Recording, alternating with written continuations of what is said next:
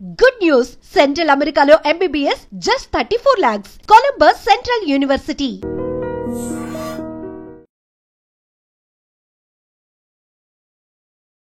నమస్తే, welcome back to iDream media healthy conversations with Jhansi ప్రోగ్రామ్కి స్వాగతం.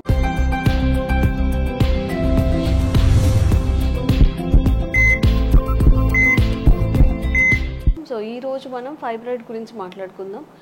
ఈ మధ్యకాలంలో రీసెంట్ టైమ్స్లో చాలామంది ఈ ప్రాబ్లమ్ని ఫేస్ చేస్తున్నారు. ఫైబ్రాయిడ్స్ అంటే గర్భసంచిలో వచ్చే గడ్డలు. అంటే నార్మల్గా ఒక 2-3 గడ్డలు లేదా చిన్న సైజులో ఉన్నవైతే ఓకే, ఒక్కొక్కటి కేజీ పైన 2 kgs పైన ఉన్నవి కూడా మనం ఫేస్ చేస్తున్నాము. యంగ్ ఏజ్లో వచ్చినప్పుడు కన్సీవ్ అవ్వడం చాలా ఇబ్బంది అవుతుంది. అండ్ పెద్దవాళ్ళలో కూడా వెయిట్ పెరుగుతున్నామని అనుకుంటున్నారట ఫైబ్రాయిడ్స్ ఉన్నప్పుడు. బట్ దీన్ని ముందుగా మనం ఎలా గుర్తించాలి? ఫైబ్రాయిడ్కి ఏమైనా స్క్రీనింగ్ టెస్ట్లు ముందుగా ఉన్నాయా లేదా అని చేసుకోవడానికి ఉన్నాయా? అసలు ఫైబ్రాయిడ్స్ ఎందుకు వస్తాయి, ఏంటి, ఇవన్నీ తెలుసుకుందాము. ప్రస్తుతం అంతా ఉన్నారు సీనియర్ గైనకాలజిస్ట్ స్వర్ణశ్రీ మేడం. అడిగిద్దాం. నమస్తే మ్యామ్. నమస్తే అమ్మా. సో మీరు కొంచెం చెప్పిన తర్వాత నాకు కాస్త అవేర్నెస్ వచ్చింది. బట్ అంతంత పెద్ద ఫైబ్రాయిడ్స్ ఉన్నప్పుడు వాళ్ళు ఎలా అన్నాళ్ళు మీరు చూపించిన ఫొటోస్లో ఆల్మోస్ట్ 2 kgs ఉంటుందా పెద్దగా ఉన్న ఫైబ్రాయిడ్? అంత ఫైబ్రాయిడ్ వచ్చే వరకు మనకు అర్థం కాదా స్టమక్లో ఏం జరుగుతుంది అనేది? యా, సో చాలా మంచి క్వశ్చన్ అడిగావమ్మా. ఇది ఏంటంటే నొప్పి కానీ బాధ కానీ శరీరంకి లేదనుకోండి, మనం అసలు నార్మల్గా ఉంటాము. అబ్సల్యూట్లీ. సో ఫైబ్రాయిడ్స్ అంటే గర్భసంచిలో గడ్డలు ఉన్నప్పుడు మెయిన్ సిమ్టమ్ దానికి పీరియడ్స్ అప్పుడు పెయిన్ కానీ, లేదా ఓవర్ బ్లీడింగ్ కానీ, లేదా నెలలో 2-3 సార్లు అవ్వడం కానీ యూజువల్లీ ఈ సిమ్టమ్స్ ఉంటాయి. ఈ సిమ్టమ్స్ ఉన్నట్లయితే యాక్చువల్లీ లక్కీ. ఎందుకంటే ఫైబ్రాయిడ్ ఫామ్ అయిన వెంటనే అది ఎంత 1-2-3 సెంటీమీటర్ల కంటే ఎక్కువ ఉండదు. సో అది ఉన్న లొకేషన్ని బట్టి, ఇప్పుడు యూట్రస్ ఒక యాపిల్ లాగా అనుకో, యాపిల్కి గింజలు ఎక్కడ ఉంటాయి? మధ్యలో ఉంటాయి. సో ఫైబ్రాయిడ్ కూడా మధ్యలో కనుక ఉన్నట్లు అవుతే అవి చిన్న సైజులో ఉన్నప్పుడు కూడా it will show some symptom in the body like pain and heavy bleeding. And ఈ రెండు ఉన్నప్పుడు మనం తట్టుకోగలమా? ఎంత సహించినా కొద్ది రోజులు అయ్యాకైనా, పోనీ 1 year అయ్యాకైనా మనం డాక్టర్ దగ్గరికి వెళ్తాం, బయటపడతాయి ఫైబ్రాయిడ్స్. సో కొన్ని ఫైబ్రాయిడ్స్ ఏవైతే యూట్రస్ మధ్యలో కాకుండా దాన్ని మజిల్ లోపల, ఇంట్రామ్యూరల్ అంటాం, ఒక్కొక్కసారి దాని పైన, అంటే ఇలా యూట్రస్ ఉంటే దాని పైన పెరుగుతుంది, అది సబ్సీరోజల్ అంటాం. వాటికి పీరియడ్స్తో లోపల నుంచి అవుతుంది కదా పీరియడ్. సో పీరియడ్ పెయిన్ కానీ ఓవర్ బ్లీడింగ్తో కానీ కనెక్షన్ ఉండదు. సో మనకు అసలు సిమ్టమ్ తెలీదు అది ఉన్నట్టు. ఆల్రెడీ డెలివరీ అయిపోయింది అనుకో, 1-2-3 పిల్లలు ఉన్నారనుకో, ఇంక మళ్ళీ ఎందుకు వెళ్తాం డాక్టర్ దగ్గరికి unless we have a symptom. ఇప్పుడిప్పుడు కాన్షియస్ అవుతున్నారు, ఒక మాస్టర్ హెల్త్ చెకప్ ఉండాలని, ఒక ఫ్యామిలీ హెల్త్ చెకప్ ఉండాలని, ఇయర్లీ వెళ్దాం అనుకొని 3-4 ఏళ్ళకి ఒకసారి చెకప్కి వెళ్ళే వాళ్ళు అట్లీస్ట్ ఇప్పుడిప్పుడు అవేర్నెస్ స్టార్ట్ అవుతుంది. ఓకే. బట్ మనం చూసినట్లయితే రెగ్యులర్గా ఒక 2 పిల్లలు అయిపోయిన తర్వాత, పిల్లలు పుట్టకుండా ఆపరేషన్ అయిపోయిన తర్వాత ఇంకా చదువుకో కెరియర్కో లేడీస్ ఇంపార్టెన్స్ ఇస్తారు. ఆ తర్వాత పిల్లల చదువులు, పిల్లలు 10th 11thకి వెళ్ళిపోతారు, వాళ్ళ మీద ఫోకస్. మనకేం సిమ్టమ్ లేదనుకో, మనం ఎందుకు వెళ్తాం డాక్టర్ దగ్గరికి? అవేర్నెస్ లేనితాం. అలాంటప్పుడు ఏమవుతాయంటే, ఇందాక నేను డిస్కస్ చేశాను కదా, యూట్రస్ లోపల కాకుండా మధ్యలో కానీ పైన కానీ ఉన్నవి, అది ఎవ్రీ ఇయర్ కొద్ది కొద్దిగా పెరిగి ఇంత పెద్ద వాటర్ మెలన్ పంప్కిన్ అంతా అయిపోయిన కేసెస్ కూడా ఉంటారు. అన్ఫార్చునేట్లీ 2-3 పిల్లలు అయిన తర్వాత ఆడవాళ్ళందరూ కొంచెం వెయిట్ పెరుగుతున్నారు కదా, పని తగ్గిందనో లేదా మన సోషల్ స్టేటస్ పెరిగింది, సో మనం బెటర్ ఫుడ్ తింటున్నాము. ఇంతకుముందు బస్సు వెనకాల పరిగెత్తే వాళ్ళం, ఇప్పుడు కార్లో. సో మనం కూడా వెయిట్ పెరుగుతున్నాం. ఆఫ్టర్ ఎ సర్టెన్ ఏజ్ 30-35 అయిపోయిన తర్వాత, 2 పిల్లలు అయిపోయిన తర్వాత, ఓకే డెలివరీలు అయిపోయినాయి కాబట్టి వెయిట్ పెరిగామని కూడా అనుకుంటాం. సో ఆ వెయిట్ పెరిగినప్పుడు ఈ పొట్ట పెరగడం అనేది తెలియదు. మనం వెయిట్ పెరగకుండా హెల్దీగా ఉన్నాం అనుకోండి, అప్పుడు పొట్ట మాత్రం, అంటే ఇప్పుడు మీరు అన్నారు కదా ఇందాక ఇంత పెద్ద ఫైబ్రాయిడ్ తెలీదా మరి పొట్టలో పెరుగుతుంటే అని. సో మనం సన్నగా ఉంటే పొట్ట పెరిగింది అర్థమవుతుంది. మనం ఎక్కడ సన్నగా ఉంటున్నాం, అందరం కూడా 10 kgs వెయిట్ పుట్ ఆన్ అయిపోవడం అనేది కామన్. పెళ్ళప్పుడు 50 ఉన్నాను, ఇప్పుడు 65 ఉన్నా, నేను ఇంత పిల్లలు ఉన్నారు 15-16, it is very common. Yes or no? So అంత బాడీ 10-15 kgs పెరిగిపోయినప్పుడు మన పొట్ట అనేది చాలా పెద్ద ప్రదేశం.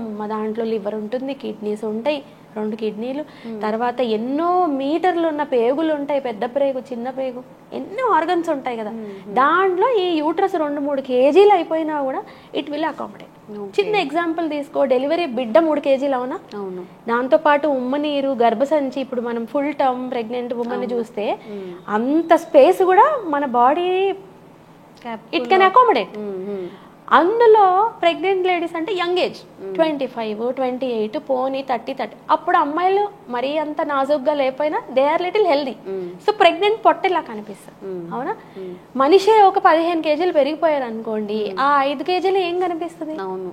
సో దానివల్ల ఈ పొట్ట మాస్, అబ్డమిన్ లో ఇంత పెద్ద ఫైబ్రాయిడ్ ఉన్నది డెఫినెట్గా మనకు తెలియకుండా పెరగవచ్చు. Okay. Second thing, mass effects అంటాం. అంటే ఇంత బరువు ఉన్నప్పుడు ప్రెగ్నెన్సీలో ఎలా మాస్ ఎఫెక్ట్స్ ఉంటాయి, గబుక్కుని లేవలేకపోవడము, లేదంటే బ్యాక్ పెయిన్ ఉండడం, ఎక్కువసేపు కూర్చోలేకపోవడం, ఇవన్నీ ఉంటాయి అవునా కదా ప్రెగ్నెన్సీలో కూడా పెద్ద. అలాగే ఇలా గడ్డలు కూడా పెద్దగా అయినప్పుడు ఈ సిమ్టమ్స్ ఉంటాయి. లైక్ అవ్వాలన లేవలేకపోవడము, వీక్గా అనిపించడము, బ్యాక్ పెయిన్ ఉండడం, ఎందుకంటే మరి లోపల బరువు మోస్తున్నాం కదా. బట్ ఇవన్నీ ఏంటి, నువ్వు ఎక్కువ తినేసావు, లావ్ అయిపోయావు, నీకు ఫిట్నెస్ లేదు, సో నీకు నీరసం వస్తుంది, నువ్వు ముందు వెయిట్ తగ్గు లేదా డైటింగ్ చేయి, ఇలా మనం పక్కన ఉన్న వాళ్ళందరూ సజెషన్స్ ఇస్తుంటారు.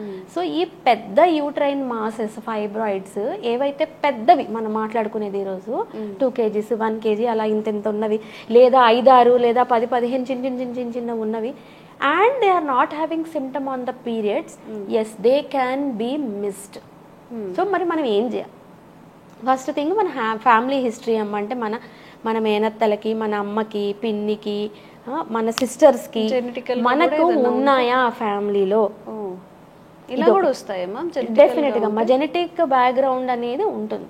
నాకు తెలిసిన ఇప్పుడు నేను 18-19 ఇయర్స్ పోస్ట్ MD, నాకు తెలిసిన దాంట్లోనే నేను ఒక ఆవిడకి గడ్డలు ఉన్నాయని తీశాను, ఆమె కూతురుకి తీశాను. ఇప్పుడు ఆమె కూతురు ఎవరైతే ఉన్నారో ఆమె ఇప్పుడు అమ్మాయి pregnant and she's having a fibroid. So it runs in families. అదొకటి, మనం కేర్ఫుల్గా ఉండాలి. సెకండ్ థింగ్, మనం తినే ఫుడ్. సో ఎప్పుడైతే డైరీ బేస్డ్ ఫుడ్స్ అంటే మిల్క్ అండ్ మిల్క్ ప్రోడక్ట్స్ మన ఫుడ్లో డామినేట్ చేస్తున్నాయో, బటర్, చీజ్, ఈ బయట నుంచి ప్రిపేర్డ్ ప్రిజర్వేటివ్స్ ఉన్న ఫుడ్, వీటన్నిటిలో కూడా ఈస్ట్రోజన్స్ ఉంటాయి, అంటే హార్మోన్స్. బికాజ్ ఈ పాలు అనేవి ఎక్కడి నుంచి వస్తాయి, యానిమల్ మిల్క్ అవునా. సో యానిమల్స్ కి కూడా మిల్క్ ఎక్కువ ప్రొడ్యూస్ చేయడానికి హార్మోన్స్ ఇస్తాం. సో ఆ హార్మోన్స్ అన్న మిల్క్ లోకి వెళ్తాయి, ఆ మిల్క్ లోంచి మనము పాలనో, పెరుగనో, వెన్ననో, బటర్ అనో, చీజ్ అనో రకరకాలుగా తింటుంటాం. ఫాస్ట్ ఫుడ్, ఇంట్లో ఫుడ్ రకరకాలు. సో ఈ ఫుడ్ మనం ఎక్కువ వాడుకలో ఉంటుందా. Okay. Third point, plastics in the food chain. Plastic మనం వాడకుండా పొద్దున్న నుంచి సాయంత్రం వరకు అసలు గడుపుతామమ్మా, లేదు కదా. So in some form food plastic కి దగ్గర అవుతుంది. అంటే మనం ఫుడ్ ప్లాస్టిక్ డబ్బాల్లో పెట్టుకోవడం, సింపుల్ వాటర్ బాటిల్స్ తీసుకోండి, వాటర్ బాటిల్స్ అన్ని ప్లాస్టికే కదా. సో ఈ ఫ్యామిలీ టెండెన్సీ ఉన్న వాళ్ళకి when we start using plastic, ఈ ఫైబ్రాయిడ్స్ ఫాస్ట్ గా పెరుగుతాయి. లైక్ అమ్మమ్మకు ఒకటే ఫైబ్రాయిడ్ ఉందనుకోండి, అమ్మకు ఒకటే ఉందనుకోండి, నాకు 4 రావచ్చు, వాళ్ళకి 45 ఏళ్లలో వస్తే నాకు 30 ఏళ్లకే రావచ్చు. సో ఆ టెండెన్సీ ఉంది. సో ఇది ఎందుకు జరుగుతుంది అంటే ప్లాస్టిక్ లో ఉన్న కొన్ని సబ్స్టెన్సెస్, డయాక్సైన్స్ అనేవి, అందులో నీళ్లు కానీ, లేదా మనం ఉప్పు, పసుపు, లేదా ఏదన్నా వండింది, ఏదన్నా చపాతీ కూడా పెట్టుకోకూడదు. అబ్సల్యూట్లీ. ఏదైనా ఫుడ్, ఏదైనా తినే ఐటమ్ మనం ఒక ప్లాస్టిక్ కంటైనర్ లో పెట్టినప్పుడు, ఇప్పుడు సపోజ్ ఉప్పు, పసుపు అనుకోమ్మా, అది మనం రోజు ఎందుకు కడుగుతాం, ఆ డబ్బా ఖాళీ అయినప్పుడే కదా. సో ఈ లోపల ఆ లాంగ్ స్టే ఉన్నప్పుడు ఆ డయాక్సైన్స్ అనేవి ఫుడ్ లోకి వెళ్ళిపోతాయి, డిఫ్యూజ్ అవుతాయి. ఇప్పుడు మనం 2-3 రకాల కలర్స్ బట్టలు పెట్టి ఉతికితే ఒకదాని రంగు ఒకదానికి అంటుతుందా, అలాగా ఈ ఫుడ్ ఐటమ్ ప్లాస్టిక్ కంటైనర్ లో ఉన్నప్పుడు ఆ ప్లాస్టిక్ లో ఉన్న డయాక్సైన్స్ అనేవి ఫుడ్ లోకి డిఫ్యూజ్ అవుతాయి. ఆ ఫుడ్ మనం వండుకొని తింటాం. So it is like pouring kerosene on fire, ఇంకా బాగా అంటుకుంటది కదా మంట. అలాగా ఈ డయాక్సైన్స్, సో ఫుడ్, ప్లాస్టిక్స్ ఇవి మనం రెగ్యులేట్ చేసుకోగలుగుతాం. బట్ మన ఫ్యామిలీ హిస్టరీ, మన జీన్స్ అనేది we are a victim to that, మనం దానికి ఏం చేయలేం. సో ఇవన్నీ నేను ఈరోజు భయపెట్టడానికి చెప్పట్లేదు. So your yearly checkup is very important. మీకు సిమ్టమ్స్ ఉన్నాయా, హెవీ పీరియడ్స్, పెయిన్ఫుల్ పీరియడ్స్, అవి ఉన్నా కూడా తట్టుకొని ఇంట్లో ఉండే వాళ్ళు కొంతమంది ఉంటారు. వాళ్ళు ముందు డాక్టర్ దగ్గరికి వెళ్ళాలి. బట్ ఈ రోజు నేను స్ట్రెస్ చేసేది, even though you don't have any symptom, even though you feel you are very healthy, మీరు ఓవర్ వెయిట్ లేకున్నా కూడా దయచేసి సంవత్సరానికి ఒకసారి అల్ట్రాసౌండ్ చేసుకోండి. అల్ట్రాసౌండ్ ఇండియాలో ద బెస్ట్ థింగ్ ఏంటంటే accessibility to the health care.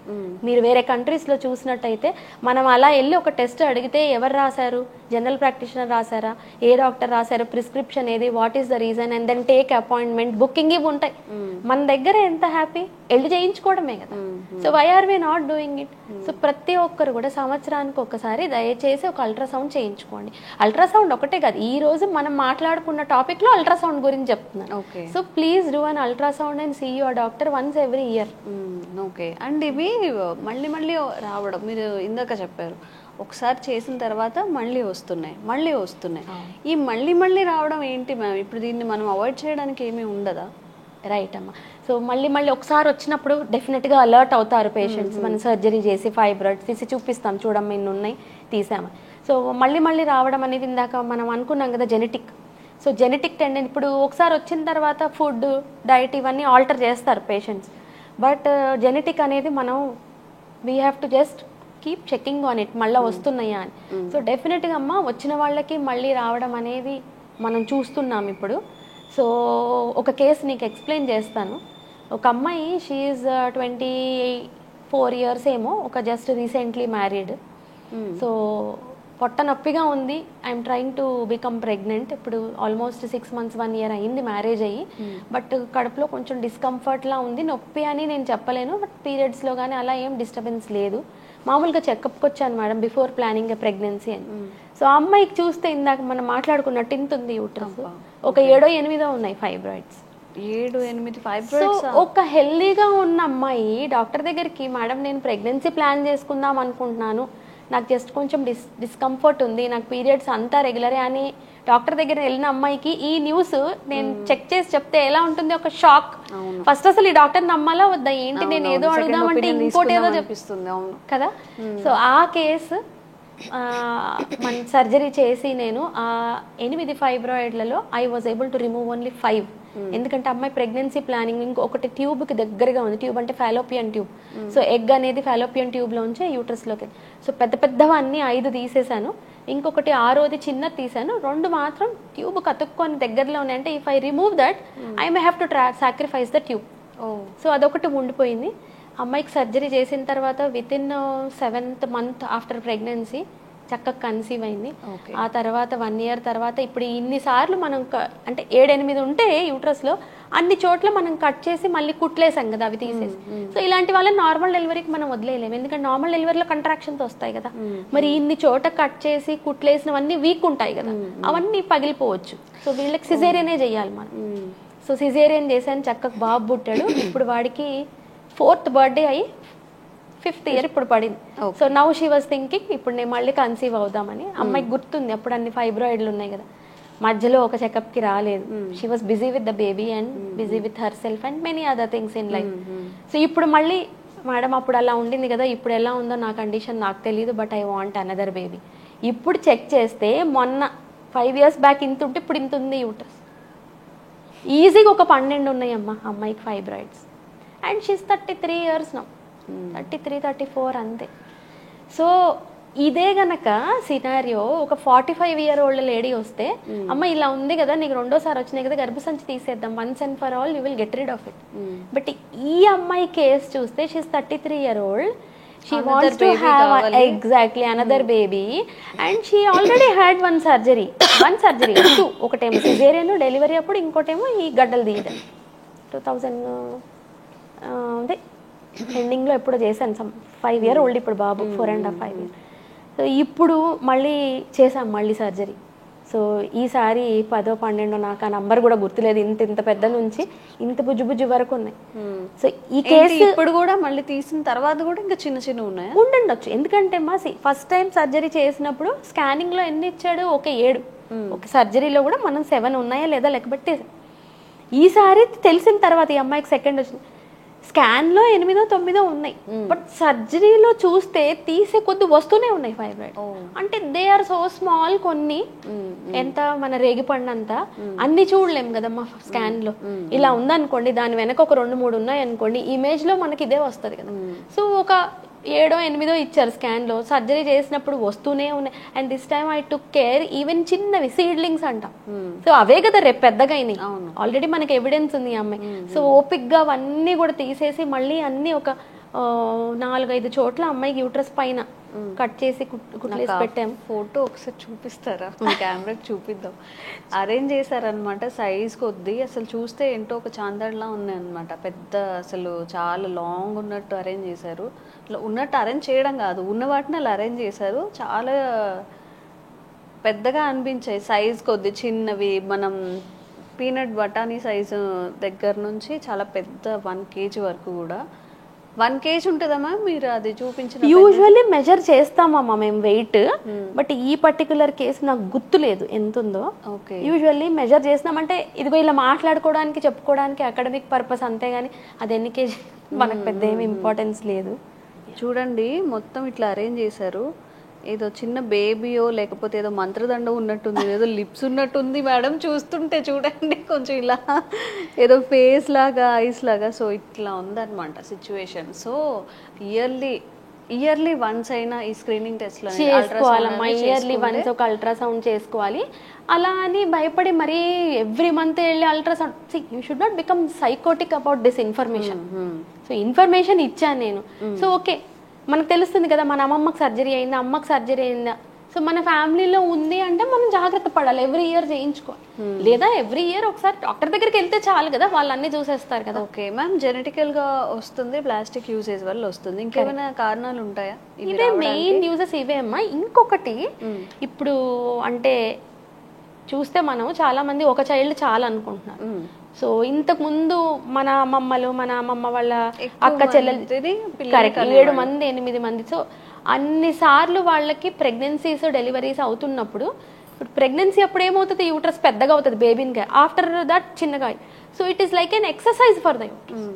డెలివరీలు అవుతున్నాం, మళ్ళీ మధ్యలో కామ్గా మళ్ళీ సో అలా రిపీటెడ్గా ప్రెగ్నెన్సీస్ వస్తున్నప్పుడు కూడా ఫైబ్రాయిడ్స్ పెరిగే ఛాన్స్ ఉండదు. ఎందుకంటే ఒక బ్లడ్ సప్లై మన బాడీలో ఉన్నప్పుడు ఐదర్ గడ్డ కానీ పెరుగుతుంది లేదా బిడ్డ కానీ పెరుగుతుంది, రెండిటికి సరిపోదు బ్లడ్ సప్లై, మనం తినే ఫుడ్. అందులో 7 8 9 ప్రెగ్నెన్సీస్ వస్తున్నప్పుడు అక్కడ ఉన్న బ్లడ్ సప్లై అంతా బేబీస్ కి ఇవ్వడానికే సరిపోతుంది. కానీ లోపల గడ్డలు పెరగాలంటే దానికి కూడా బ్లడ్ సప్లై కావాలి కదా, అంత స్పేస్ ఉండదు అసలు. రిపీటెడ్ ప్రెగ్నెన్సీస్ లో గడ్డలు అనేవి పెరగవు. ఇప్పుడు మనం చూసినట్టు అయితే 2 పిల్లలు చాలా కామన్ గా చూస్తాము. కొంతమందికి ఎక్కడో అక్కడక్కడ 3 ఉంటున్నారు, బట్ 1 చైల్డ్ అనేది కూడా ఈ మధ్య చాలా కామన్ గా చూస్తున్నాం. సో వీళ్ళకి ఏంటంటే యూట్రస్ ఒకసారి డెలివరీ అయిపోయింది, ఒక బేబీ అయిపోయి, ఆ తర్వాత ఇంకా మళ్ళీ బ్లడ్ సప్లై అంతా యూట్రస్కే కదా, ఇంకా there is no baby growing inside. అప్పుడు ఈ చిన్నవి జెనెటిక్ టెండెన్సీ ఉన్న వాళ్ళకి ఒక చిన్న సీడ్లింగ్ ఫైబ్రాయిడ్ కనుక మొదలవుతే అది ఆ బ్లడ్ సప్లైతో ఇట్ విల్ గ్రో. ఓకే, అది సో తక్కువ మంది పిల్లలు ఉండడము, అండ్ దెన్ అసలు ప్రెగ్నెన్సీ అవాయిడ్ చేయడం. కొంతమంది వింటున్నాం కదా ఇప్పుడు పిల్లలు వద్దని కూడా అనుకుంటున్నారు, దానివల్ల కూడా వస్తాయా, వచ్చే ఛాన్స్ అంతే కదా, అసలు ప్రెగ్నెన్సీ రాలేదు. సో యూట్రస్ లో గడ్డలు వచ్చే ఛాన్స్ ఉంటుంది. సో వీటన్నిటిని అవాయిడ్ చేయలేము, జెనెటికల్ గా వచ్చేవి, లేకపోతే పిల్లల్ని వద్దనుకునే వాళ్ళల్లో ఇలాంటివి. కానీ ప్లాస్టిక్ ని మాత్రం అవాయిడ్ చెయ్యాలండి.